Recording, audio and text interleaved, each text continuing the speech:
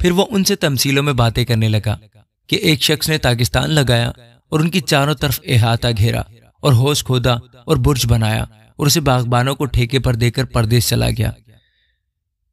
پھر پھل کے موسم میں اس نے ایک نوکر کو باغبانوں کے پاس بھیجا تاکہ باغبانوں سے پاکستان کے پھلوں کا حصہ لے لے، لیکن انہوں نے اسے پکڑ کر پیٹا اور خالی ہاتھ لوٹا دیا۔ اس نے پھر ایک اور نوکر کو ان کے پاس بھیجا، مگر انہوں نے اس کا سر پھوڑ دیا اور بے عزت کیا۔ پھر اس نے ایک اور کو بھیجا، انہوں نے اسے قتل کیا۔ پھر اور بہتیروں کو بھیجا، انہوں نے ان میں سے بعض کو پیٹا اور بعض کو قتل کیا۔ اب ایک باقی تھا جو اس کا پیارا بیٹا تھا۔ اس نے آخر اسے ان کے پاس یہ کہہ کر بھیجا کہ وہ میرے بیٹے کا تو لحاظ کریں گے، لیکن ان باغبانوں نے آپس میں کہا یہی وارث ہے، آؤ اسے قتل کر ڈالیں، میراث ہماری ہو جائے گی۔ بس انہوں نے اسے پکڑ کر قتل کیا اور پاکستان کے باہر پھینک دیا۔ اب پاکستان کا مالک کیا کرے گا؟ وہ آئے گا اور ان باغبانوں کو ہلاک کر کے پاکستان اوروں کو دے دے گا۔ کیا تم نے یہ نوشتہ نہیں پڑھا کہ جس پتھر کو معماروں نے رد کیا وہی کونے کے سرے کا پتھر ہو گیا؟ یہ خداوند کی طرف سے ہوا اور ہماری نظر میں عجیب ہے۔ اس پر وہ اسے پکڑنے کی کوشش کرنے لگے، مگر لوگوں سے ڈرے کیونکہ وہ سمجھ گئے تھے کہ اس نے یہ تمثیل انہی پر کہی۔ پس وہ اسے چھوڑ کر چلے گئے۔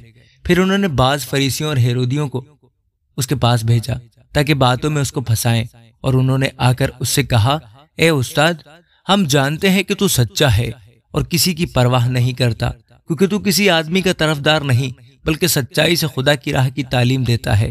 پس قیصر کو جزیہ دینا روا ہے یا نہیں؟ ہم دیں یا نہ دیں؟ اس نے ان کی ریاکاری معلوم کر کے ان سے کہا، تم مجھے کیوں آزماتے ہو؟ میرے پاس ایک دینار لاؤ کہ میں دیکھوں۔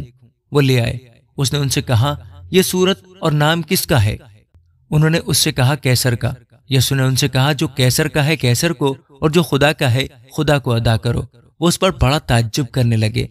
پھر صدوقیوں نے جو کہتے ہیں کہ قیامت نہیں ہوگی، اس کے پاس آ کر اس سے یہ سوال کیا کہ اے استاد، ہمارے لیے موسیٰ نے لکھا ہے کہ اگر کسی کا بھائی بے اولاد مر جائے اور اس کی بیوی رہ جائے تو اس کا بھائی اس کی بیوی کو لے لے تاکہ اپنے بھائی کے لیے نسل پیدا کرے۔ 7 بھائی تھے، پہلے نے بیوی کی اور بے اولاد مر گیا، دوسرے نے اسے لے لیا اور بے اولاد مر گیا، اور اسی طرح تیسرے نے، یہاں تک کہ 7 بے اولاد مر گئے۔ سب کے بعد وہ عورت بھی مر گئی۔ قیامت میں یہ ان میں سے کس کی بیوی ہوگی؟ کیونکہ وہ 7 کی بیوی بنی تھی۔ یسوع نے ان سے کہا، کیا تم اس سبب سے گمراہ نہیں ہوئے کہ نہ کتاب مقدس کو جانتے ہو نہ خدا کی قدرت کو؟ کیونکہ جب لوگ مردوں میں سے جی اٹھیں گے تو ان میں بیاہ شادی نہ ہوگی، بلکہ آسمان پر فرشتوں کی مانند ہوں گے۔ مگر اس بارے میں کہ مردے جی اٹھتے ہیں، کیا تم نے موسیٰ کی کتاب میں جھاڑی کے ذکر میں نہیں پڑھا کہ خدا نے اس سے کہا کہ میں ابراہیم کا خدا اور اسحاق کا خدا اور یعقوب کا خدا ہوں؟ وہ تو مردوں کا خدا نہیں بلکہ زندوں کا ہے۔ پس تم بڑے گمراہ ہو۔ اور فقیہوں میں سے ایک نے ان کو بحث کرتے سن کر جان لیا کہ اس نے ان کو خوب جواب دیا ہے۔ وہ پاس آیا اور اس سے پوچھا کہ سب حکموں میں اول کون سا ہے؟ یسوع نے جواب دیا کہ اول یہ ہے، اے اسرائیل سن، خداوند ہمارا خدا ایک ہی ہے، اور تو خداوند اپنے خدا سے اپنے سارے دل، اپنی ساری جان اور اپنی ساری عقل اور اپنی ساری طاقت سے محبت رکھ۔ دوسرا یہ ہے کہ تو اپنے پڑوسی سے اپنے برابر محبت رکھ۔ ان سے بڑا اور کوئی حکم نہیں۔ فقیہ نے اس سے کہا، اے استاد، بہت خوب، تو نے سچ کہا کہ وہ ایک ہی ہے اور اس کے سوا اور کوئی نہیں، اور اس سے سارے دل اور ساری عقل، ساری طاقت سے محبت رکھنا اور اپنے پڑوسی سے اپنے برابر محبت رکھنا سب سوختنی قربانیوں اور ذبیحوں سے بڑھ کر ہے۔ جب یسوع نے دیکھا کہ اس نے دانائی سے جواب دیا تو اس سے کہا، تو خدا کی بادشاہی سے دور نہیں، اور پھر کسی نے اس سے سوال کرنے کی جرت نہ کی۔